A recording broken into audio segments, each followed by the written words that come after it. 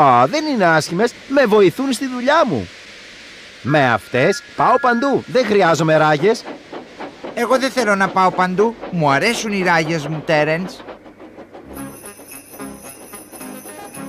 Ήρθε και ο χειμώνας και έφερε το χιόνι. Δεν μ' αρέσει αυτό. Το χιόνι πέφτει πολύ πυκνό. Ελπίζω να πάνε όλα καλά. Μη φοβάσαι. Τι μπορεί να συμβεί?